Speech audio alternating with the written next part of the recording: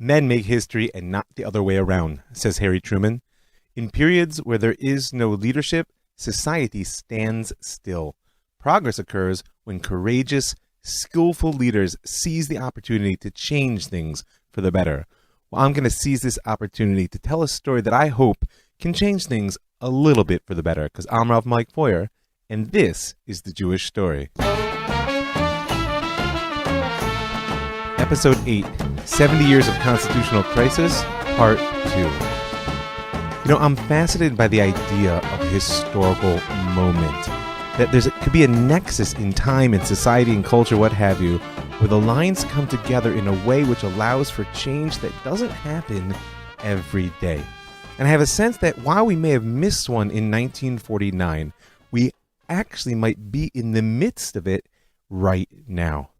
And when I think about the gravity of the situation in which we find ourselves, what comes to mind are the words of John Jay from the Federalist Papers once again, where he said, when the people of America reflect that they're now called upon to decide a question, which in its consequences must prove one of the most important that ever engaged their attention, the propriety of their taking a very comprehensive as well as very serious view of it will be evident.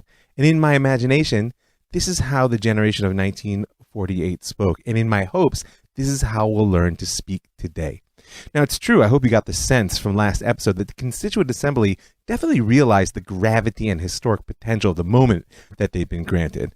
Or at least they should have, because you can recall Chaim Weizmann's words at the invocation.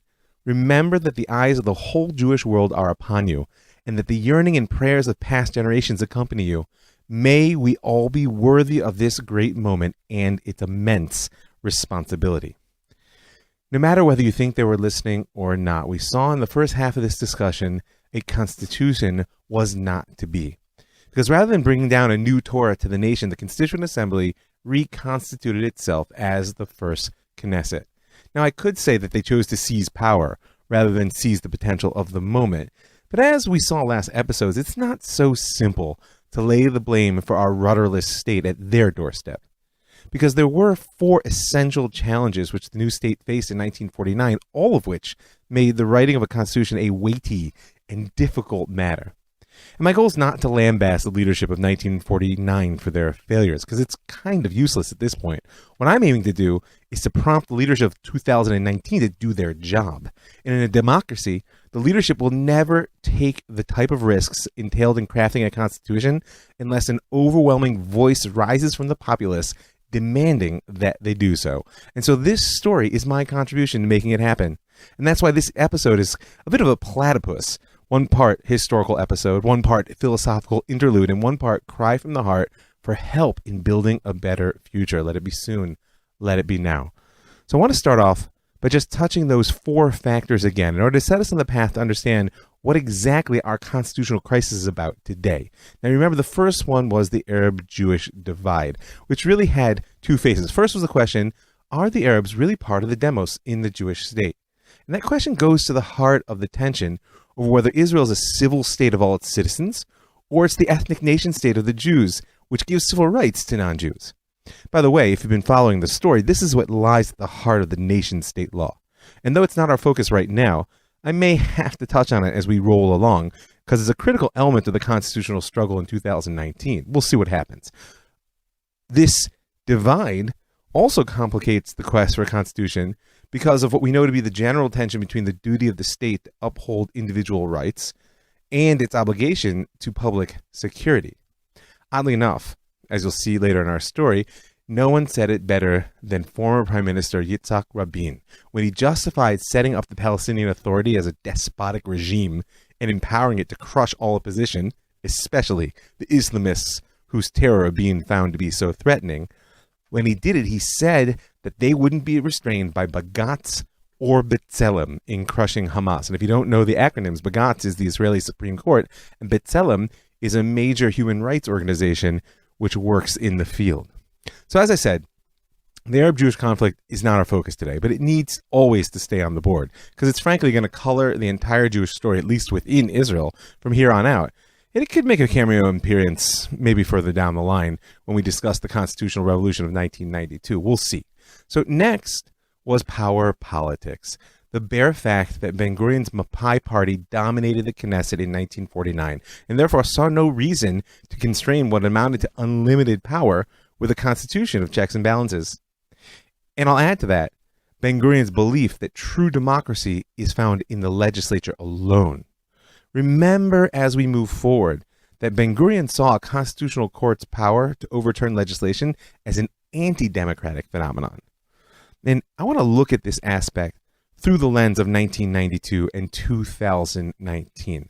Before this episode is over, I hope to give you a better sense of why the legislature is currently at war with the judiciary and how much power politics have to do with that and how much it's made up of other elements. And maybe, just maybe, it'll give you some insight on who to root for, though I'm not taking sides right now. All right, so the next two of those four I want to tackle together because in my eyes, they're really inseparable. The identity crisis and the religious-secular divide. You know, the Rambam says in Mor Nevuchim, in the Guide for the Perplexed, that the generation which left Egypt had to die in the wilderness. Why? Because he understood that a people formed by hundreds of years of slavery simply could not be ready for the responsibility and potential of freedom in the land, certainly not overnight. And so it took 40 years and really the passing of a generation before people who could be born that could see freedom as their birthright. In that light, it's no wonder that the generation of 48 balked at writing a document that would fix the national character for the foreseeable future. I mean, just recall last episode and picture philosopher Hugo Bergman crying out, "What is Judaism? What does it consist of? What's the meaning of a Jewish state?" Now, we've had 70 years since then. It's almost twice 40. But let's face it, we're looking to overcome 2,000 years of exile. The generation of 48 and their political inheritors actually did a tremendous job on healing that phrase we've spoken of so many times, because of our sins, we were actually exiled from our lands. They dealt with the exile. I'm not talking about the sins so much, but the ingathering of the exiles. They built the roads, they fought the wars, they planted the fields. They gave a physical basis for people to find shelter, and that's not a small thing. It's just that at this stage, 70 years later, we face a much more profound and elusive task.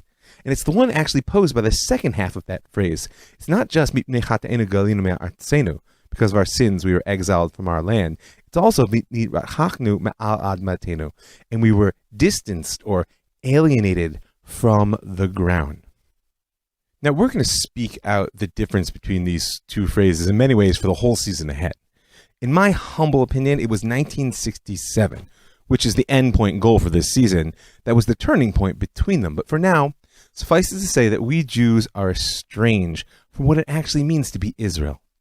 We're adjusting to what it means to be a people in our land, but few of us have even begun to dream about what it would mean to be its organic product.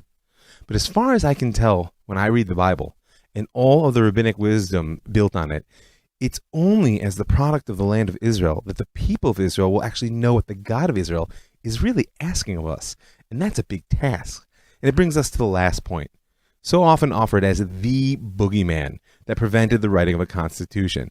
And though the research really doesn't bear out blaming the religious-secular divide for the failure of 1949, it's unquestionably a major challenge in 2019.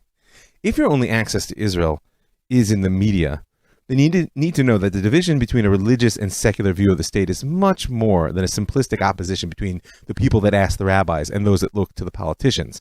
First of all, this sort of religious secular binary bichlal is an Ashkenazi idea.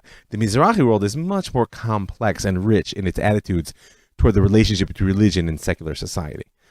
Furthermore, if you look at the national religious camp, you'll see that there's a bit of a strange role that we play. Despite being no more than, 10-15% of the populace, the Dati Limi world is a driver of values and vision in the country at this point, albeit loved and hated. But despite an increasing religiosity, in the upcoming elections, the polls say that most national religious voters want Ayelet Shaked, a secular woman, to lead their parties. And that kind of throws a brick into that easy divide. Now add to this that there's, of course, more to Torah than religion. Remember last episode when Mapai, member of Knesset, Hasya Dororit, compared the work of the Constituent Assembly to the revelation at Sinai? There's a deeply spiritual element even among nominally secular political movements, particularly in the early days of the state. And the sense of sacred history, of divine momentum in their story, was easy to access after the transition into nationhood, the incomprehensible horror of the Holocaust, the incredible miracle of the ingathering of the exiles. And that sense of spiritual momentum, though it was present, will be mostly dormant in the first couple decades of the state. Maybe if it had been stronger, Hasia Dorit would have got a revelation in the form of a constitution, but she didn't. It will, however, emerge with explosive energy in the wake of 1967, so stay tuned. In the meantime, before we launch into the particulars of the story which will bind together in 1949, 1992, and 2019, I want to take a quick catwalk into this tangential but related question about identity and the religious secular mix. Because whether we judge a success or failure the decision of the Constituent Assembly to kick the can down the road and avoid all the battles that writing a constitution would have surely entailed, one thing is clear. As my friend Yehuda Cohen loves to point out, Zionism failed to produce a revolutionary new way of being for the Jewish people. Instead of evolving into the new Israelite kingdom in 1948, we basically pulled down the Union Jack and ran up the Star of David on the same pole. We declared the state of Israel, but it was a nation state like every other. So before we finish this story of the Constitution in two parts, I want to consider exactly what type of government the Torah might command us to create here in the land of Israel. You know, when I was in grad school, surrounded by grassroots activists from developing nations around the world, I had a lot of really memorable conversations. But none stands out in my mind more perhaps than a very brief exchange I had with a woman named Ori. Now, Ori was from Mali and was truly both classic West African, much taller than me, a smile that could light up a room, and short, bouncy dreadlocks. She was also a unique human being. I mean, she was literally born in a hut with dirt floors, no electricity or running water, and here she was when I met her attending a grad program at Brandeis University. So she also happened to have a warm spot in her heart for the Jews. She gained it mostly at Brandeis, of course, where they treated her quite well. So I wasn't surprised when one day as we were chatting before class, she said to me, "You know, Mike, I really love the Jews. You know, they're generous, they're cultured, blah, blah, blah." And she says, they're all so deeply democratic. Well, at the time, I was not so long for my transition into a religious life. So I looked at her with a kind of funny look on her face and I said, "You know, you're wrong." She said, "What?" So we're actually all closet monarchists. Huh? I said, "Yeah, when was the last time you prayed for a king?" "I do it 3 times a day." You know, this idea has a dominant place in Jewish thought, that we're waiting for the king. And it's got its roots, of course, as anything would, in the Torah. If you look at Devarim, chapter 17, lines 14 and 15, you'll see a very interesting set of verses. Right? When you have entered the land that the Lord your God has assigned to you, and taken possession of it, and settled in it, and you decide, right? Right? I want to put a king over me, as do all the nations around me. So it says, Som tasim alecha melech. Right? You shall, well, it actually depends. You may set a king over you. You shall set a king over you. You must set a king over you. It's actually what we call a huge machloket rishonim. Right? It's a big argument of both the early medieval authorities and, really frankly, the later authorities down to our day. What exactly this phrase, Som tasim alecha melech, means. Now, don't get nervous. This is not a classic Torah course. I'm not going to drag you through it all. No. Although, by the way, if you're interested, let me know, because, frankly, it's something I've taught before. Maybe I should do it again. Suffice it to say, though, that there's no agreement as to whether an actual king is commanded by the Torah, or whether the king which the people call for in the verses is simply how government was conceived of in that day. You notice that that phrase, right, that I will set a king over me, kikol hagoyim asher tzvivotai, like all the nations that are around me, is a strange one. In general, when the Torah tells Am Yisrael that they're acting like all the nations around them, it's not a good sign. So here, there's a question, which is, what exactly is the form of government that the Torah conceives? Now, aside from that question, there are a couple more points for a present discussion that I want to pull out of these verses and their biblical context. First of all, just know it's worthwhile to look at the entire section around those verses. Basically, check out Devarim 16:18, which is the beginning of Parshat Shoftim, if you're familiar with that structure, all the way through the end of chapter 18. And what you'll find are all the models of leadership that the Torah has to offer. It's very interesting. Judges, priests, prophets, and kings are all there. And they're not only present, but if you look closely, there's a sense that each of these separate leadership models is meant to rule within its own particular realm. It's what we might call today a separation of powers. We could say that the priests are the keepers of law. The courts are the guardians of justice. The king maintains the social order within and without. And the prophets, of course, are always there to speak truth to power and keep our eyes on the true king. The Mishnah, the later rabbinic thought, even goes on to explore what we call checks and balances through the question of whether the courts have the authority to try the king. In general, it's actually worthwhile looking into the depth of how our sages understand these models of leadership and their relationship to one another. You'll find a sophistication of political thought which is worthy of contemplation. But these are just the first two pieces. Again, the multiple models of leadership and that question of whether a king per se is mandated by the Torah or whether this is a permission or command, what have you, just to create a government. The last point is, of course, that the kingship failed. Not only did it fail in the most practical sense, when it was conquered first by Assyria and then Babylon, but all the nuancing and positive presentation and idealization that the Midrash can provide doesn't hide the fact that both the text and our sages had deep doubts about whether authoritarian leadership could ever succeed. Which leads me almost to our present discussion. Now, if you want to explore the second attempt to create a kingdom of Israel, go back and listen to all of season 1. For now, the 2,000 years of exile that followed that failed attempt gave rise to a different sort of kingdom for the Jewish people, a kingdom of law, one that was embodied in courts and communities, but really ultimately gave its focus to the actions of individuals. And that's the question that we face here, still early on, please God, in the third kingdom, right? From where do we draw the wisdom to create a sustainable future as a people? Is the repository of that wisdom the halakha, Jewish law as it's been constructed over the last 2,000 years? You know, just a few weeks ago, member of Knesset Batal Smotrich caused a little tempest in a teacup here in Israel when he said that he was pursuing the position of Minister of Justice in order, quote, to restore our judges as of old. And furthermore, declared that he wanted a halachic state in which Israel is governed by Torah law. Now, this is like a big red light in the religious secular divide. And in fact, Prime Minister Netanyahu was quick to tweet back his reply, the state of Israel will not be a halachic state. Of course, neither of them really addressed what it meant. And because aside from the politics that lay behind this kind of public sounding off, Smotrich's desire and Bibi's response raise a very real question. Can the halachic system that carried Am Yisrael through exile, which has helped us in so many ways transform ourselves from Israel into the Jews, now help us transform back from the Jews into the modern nation state of Israel?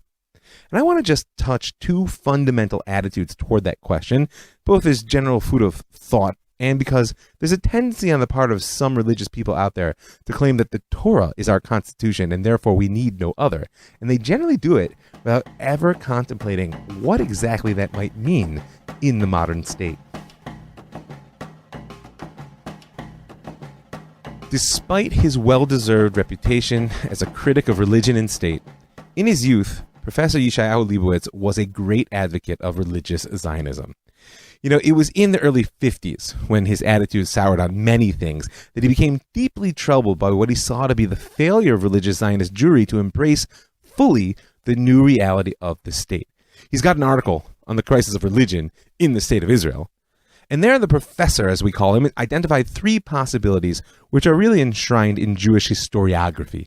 Right? Statehood and independence in an ideal past, exile and foreign rule in a realistic present, and statehood and independence in an ideal messianic future. But, he notes in that article, in 1948, a fourth unexpected possibility emerged, what he calls Israeli statehood and independence in an unredeemed world and among people, Jew and non-Jew, who have not yet attained their tikkun, their personal redemption. This is an unprecedented situation, and therefore he asserts that the Torah observant public has to make a choice. Either we can essentially retreat. We can renounce the possibility of actually fulfilling the Torah in its most complete way within the state, basically in expectation of the utopian end of days, in which everyone will keep Torah as we know it. It's what I call the messianic punt, right? We can just push that one off and deal with the reality as it is. Or he says, we can take responsibility for creating a Torah regime within the present day reality.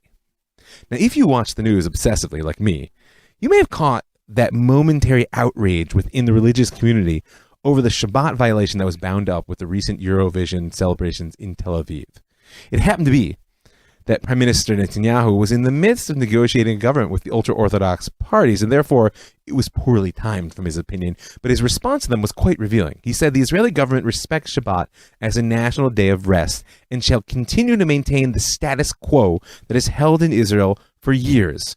And then he added, most of the participants in the event are from abroad and aren't Jewish anyway. Now, for the young Leibowitz, the political status quo around Shabbat observance was the Gilui Milta. It was the revealing fact of the depth of challenge and failure that the religious world faced in the modern state. Because the status quo was a product of what he called sort of clerical politics. We'll get to it in a second. Basically, the status quo in Israel involves avoiding Shabbat violation to the extent possible, and when impossible, depending on non-Jews or even non-religious Jews, to be the Shabbos Goy, to take the hit for the team and to violate the Shabbat while the religious people get excused from the problem. And Professor Leibowitz saw this attitude as a gross failure. It was a failure that sidestepped what he saw to be an opportunity presented by the state, and in fact, created its own problem. He felt that rabbinic leadership needed to respond with a new program, with religious rulings that gave form to the Torah in a socioeconomic reality of modern independent Jewish state, and with a vision that could inspire people to a deeper commitment because that state was indeed an embodiment of what the Torah could be. In fact, in his eyes, halakha, Jewish law, would only survive the transition to the state if it continued to develop within that modern society. It needed to be an organic part of the evolution of state law in its democratic liberal format, and not a problem-solving approach that guided religious Jews into how to navigate and get out of the system. And in specific, Leibowitz feared that if rabbis and political leaders of the religious world struggled to exempt religious Jews from working on Shabbat by letting others do their jobs, and by the way, he didn't say it, but we can add, struggle to avoid serving the army and a host of other religiously complicated things, then we would fall quickly into a parasitic stance that would ultimately distance religious and non-religious youth from the Torah. This may sound familiar if you read the papers. Basically, he was afraid that the stance of the religious Jews would become sectoral rather than visionary, and that the Torah therefore would never actually shape society, and that the best that religious Jews could hope for was to get a bigger piece of pie through clerical politics. Once again, sound familiar? The one thing which sadly the religious world has never been able to offer here in Israel is a vision of how society could be.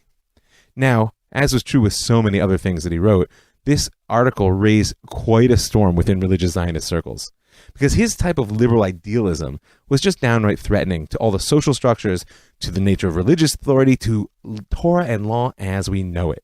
It was Rav Moshe Tzvi Neria, a chief student of Rav Avram Yitzchak Cohen Cook, who took up the battle with Leibowitz in a series of articles and letters that's actually known as the Leibowitz-Neria dispute, if you want to look it up.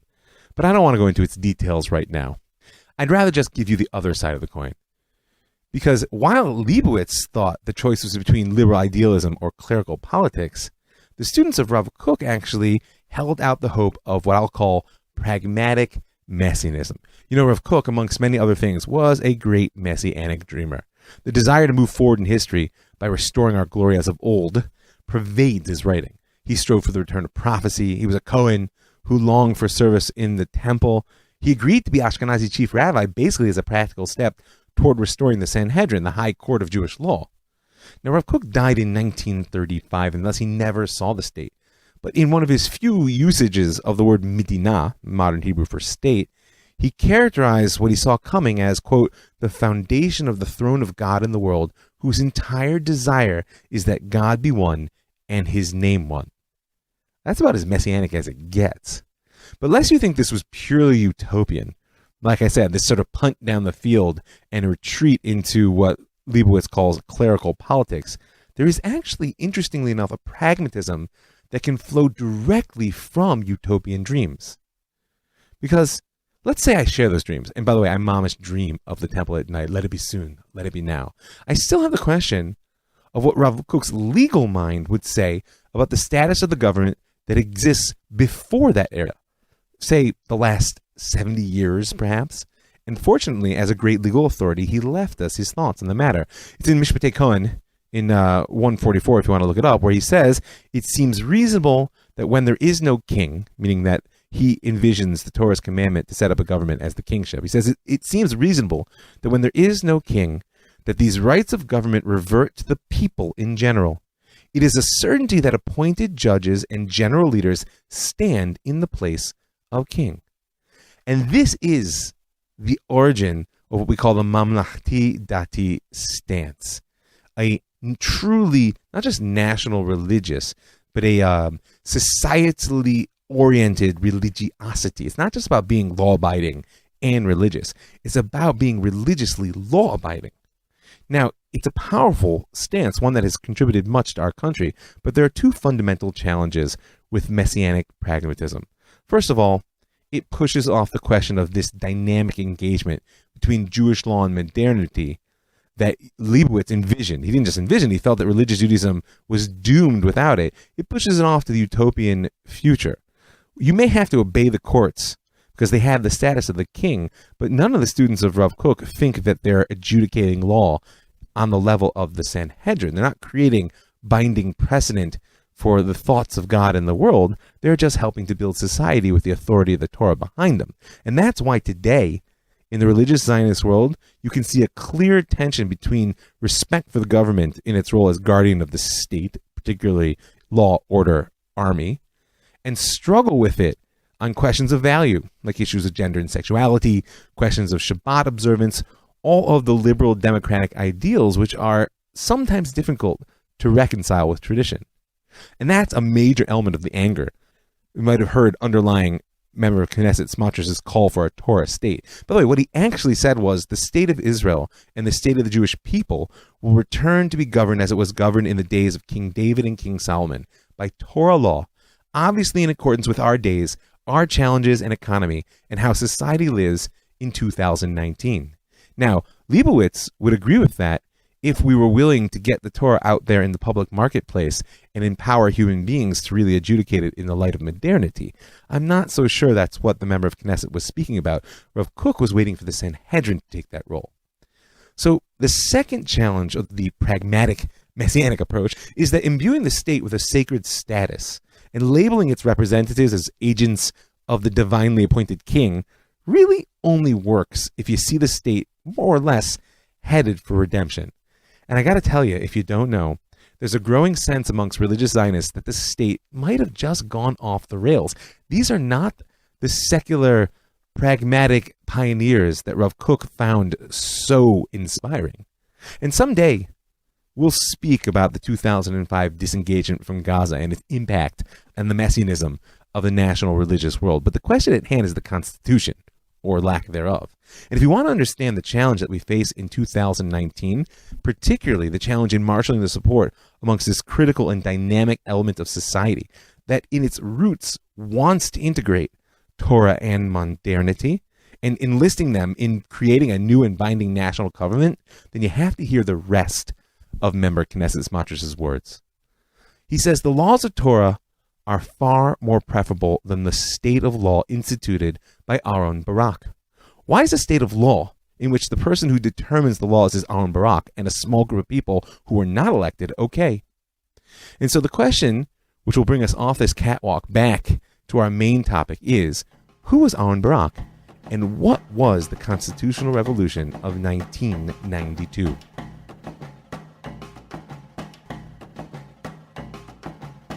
From the Harari decision of 1949 until 1992, the Knesset actually passed 9 basic laws. But despite their name, the status of these laws remained unclear. Were they, like a true constitution, as the Harari Compromise seemed to make them, a limit on government actions as superior constitutional legislation, or were they just another law codifying existing practice with a fancy name? And basically, they were treated as the latter. And because of that, in essence, for the first 45 years of its existence, the Knesset's power was all but unlimited. Really, they were bounded only by the laws which they themselves passed. And the Supreme Court, therefore, could only attempt to hold the Knesset to these laws. It's true that in the formative decades of the state, when one-party rule and centralized government were just a reality, and when collective good and the good of the country were always placed amongst individual good in the public consciousness, the court did everything it could to balance what it perceived as a general threat to civil rights. They managed to give human rights a constitutional status, mostly through the values enshrined in the Declaration of Independence, and they showed themselves willing to hear challenges to both laws and executive actions which they felt to be in violation of civil rights. But there was a critical step the court refused to take. They refused the power of a true constitutional court, which is to repeal primary legislation passed by the Knesset, which was injurious to human rights, even when they found that injury was unjustified.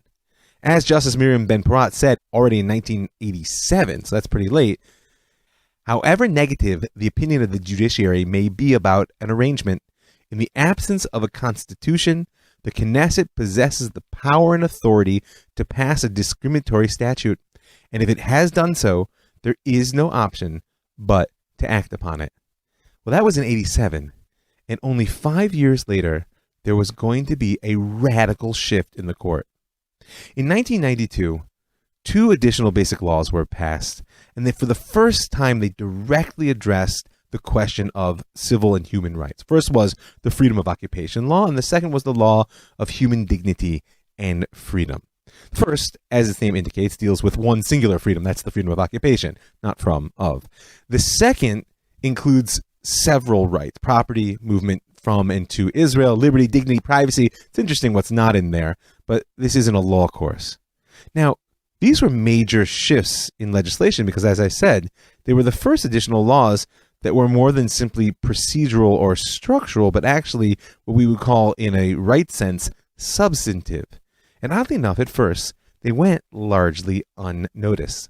Their prime author and legislator was Professor Amnon Rubinstein, who's now one of Israel's foremost scholars of constitutional law, not coincidentally.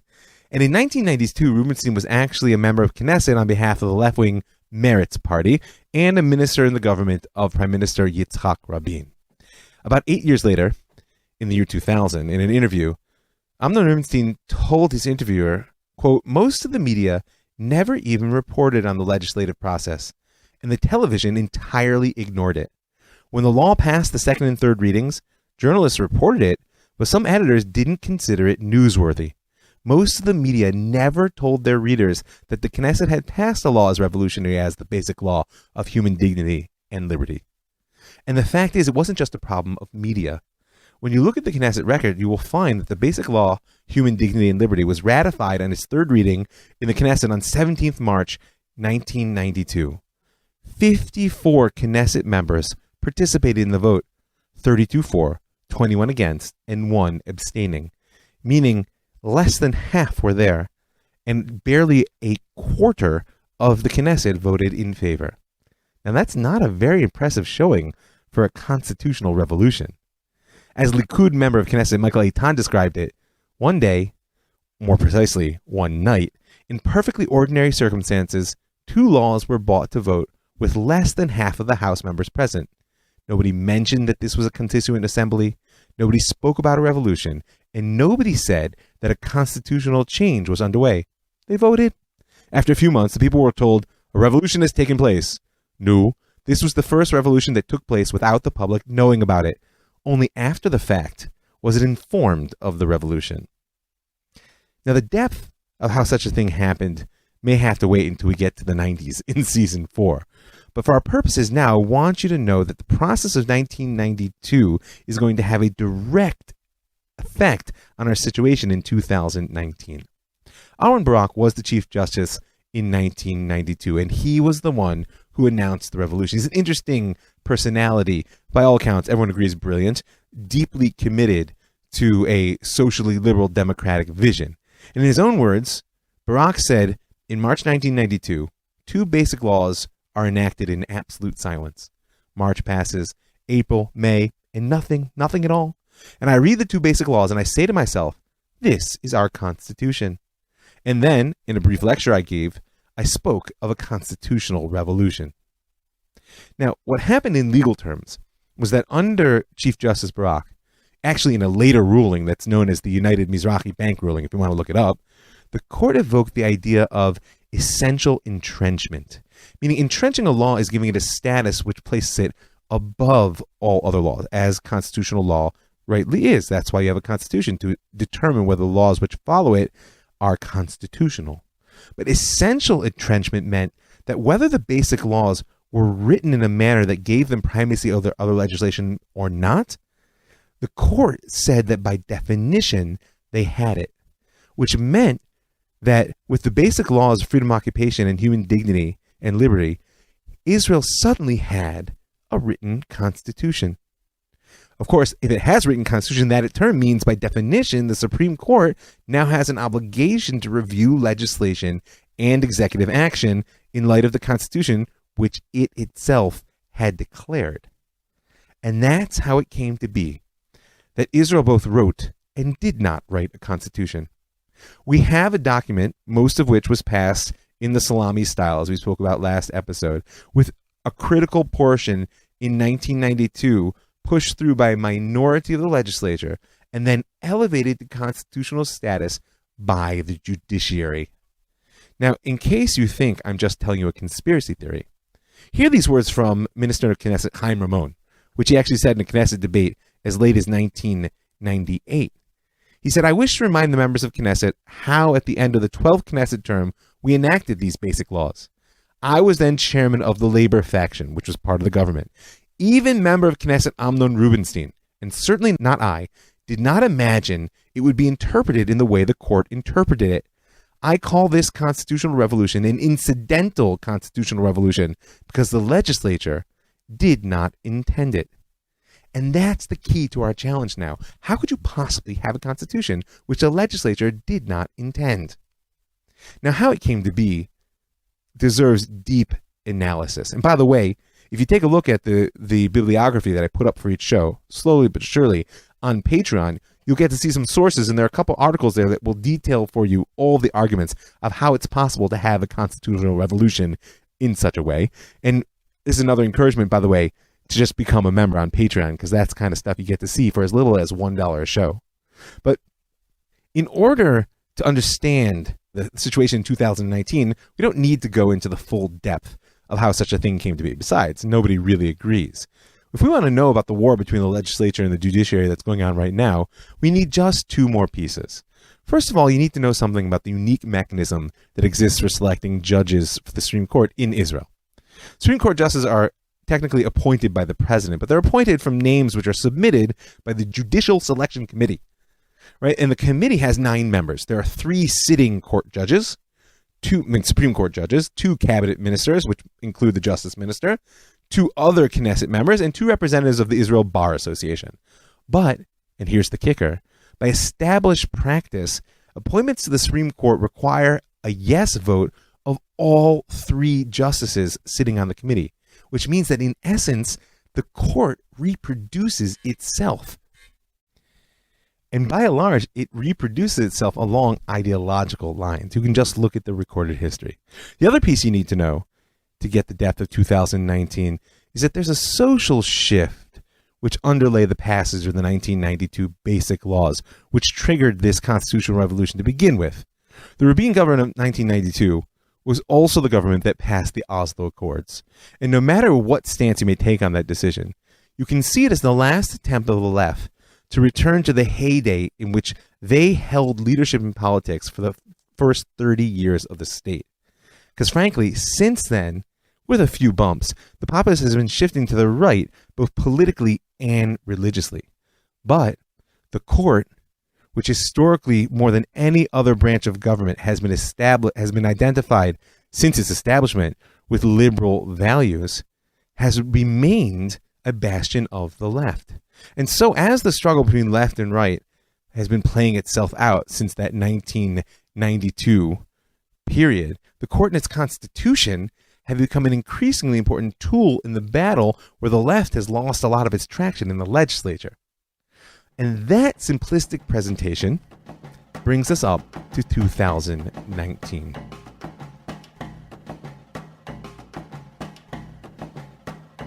In a recent interview, Justice Minister Amir Ohana spoke about a 2004 Supreme Court ruling in which the court refused to allow the military to destroy several Palestinian buildings along Tzir Kisufim, the Kisufim route that led into the Gaza Strip.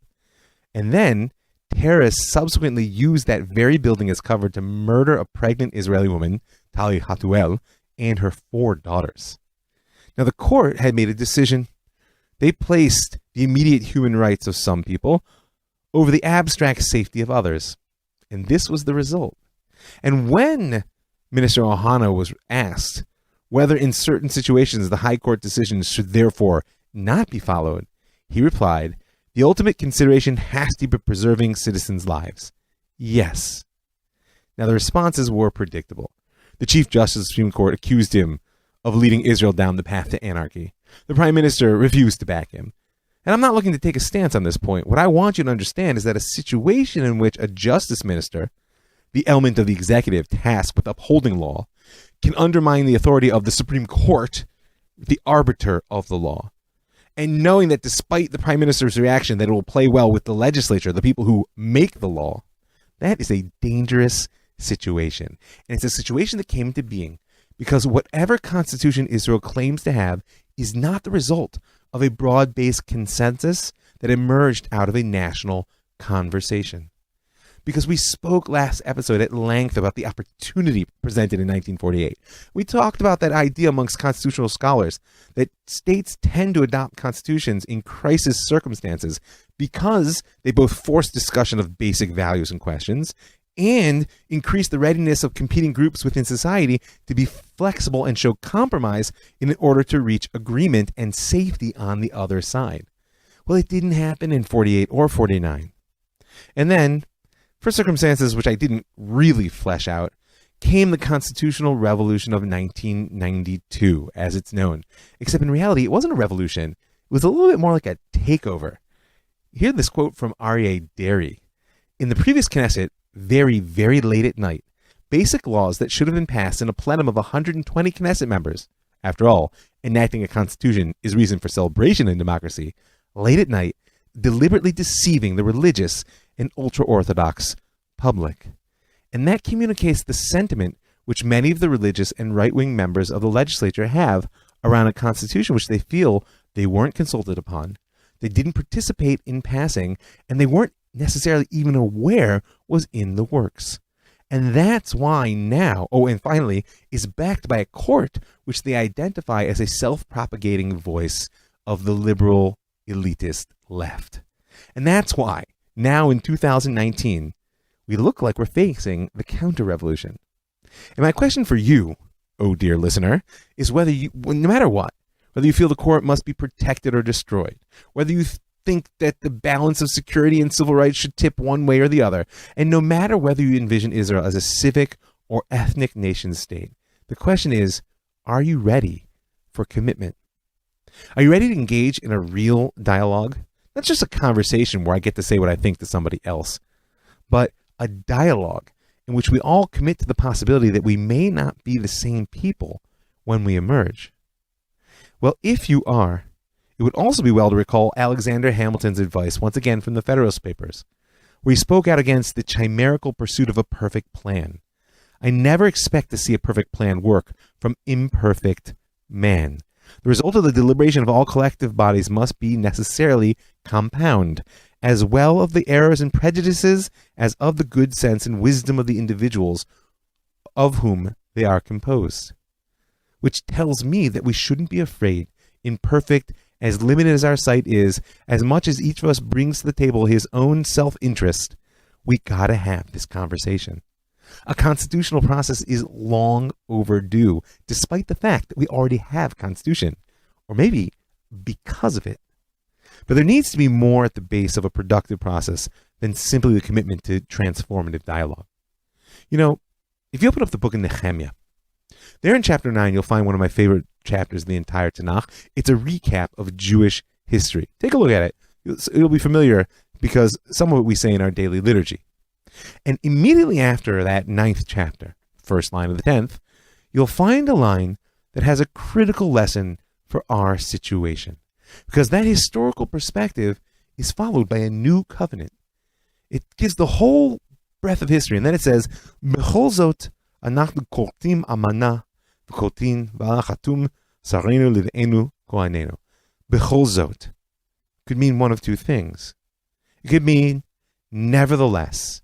Right? That's what it is in modern Hebrew. Nevertheless, despite all that history, we're going to sign Brit Amanah, a faithful covenant. Or it could mean, by the way, B'chol zot, in light of all this, we make a faithful covenant to one another. Now, I think that both readings can teach us something about why it is a constitutional process and, of course, product have so much potential for us today. In view of this, in view of all of our history, we need a constitution. Our commitment to one another is critical to our survival and our ultimate healing. Look what history has been when we broke down.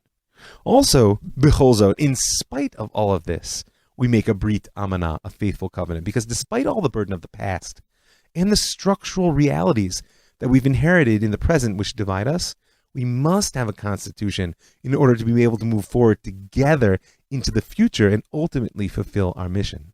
But what's really critical is the very simple question, I don't get it. The returnees in the time of Nehemiah had the Torah. They didn't just have the Torah from one perspective. They were the ones most devoted to the Torah. That's why they came back when their brothers and sisters stayed in Babylon. So what were they doing creating a new covenant? It's really worth it to look closely at that whole book. It holds so much wisdom for our day. I'll tell you very simply. They didn't make a new covenant with God. A covenant, a constitution, isn't about our divine mission. They made a covenant to one another. Because what a covenant, what a constitution is a social contract. It's a vessel that can allow our society to survive and heal, and one which can marshal our forces to work together to build the future of which we dream. Let it be soon. Let it be now. I just want to thank a few people before I sign off. I want to thank all the folks that give their hard-earned money to make this show possible. Keep it free. Help me distribute it as widely as I can. I want to invite you to join them. You can go right now to my website, jewishstory.co, and in the upper right-hand corner, you'll see a button that says Be a Patron. You can click on through there for a little bit of per-podcast support. And I want to remind you of two opportunities in addition. One is dedications. I'm always happy to devote a show to the honor of the living or the memory of the dead. Just send me an email at ravmikefoyer@gmail.com, or you can catch me on my Facebook page, Rav Mike Foyer. Just send me a personal message, and I'll shoot you back the details. The other way in which you can participate is in the upcoming webinar. It's looking like we've changed the dates to July 14th and 21st. I'm going to be engaging the question of religion in the postmodern era. And if you want to be part of that discussion, you can also send me an email or a Facebook message, and I'll slide you the details. So I also want to thank the Land of Israel Network, that's thelandofisrael.com, for creating a platform that allows me to reach so many amazing people. I want to thank the Pardes Institute, pardes.org.il, for building an educational institution that gives me the privilege of touching the hearts and minds of so many wonderful Jews. And I want to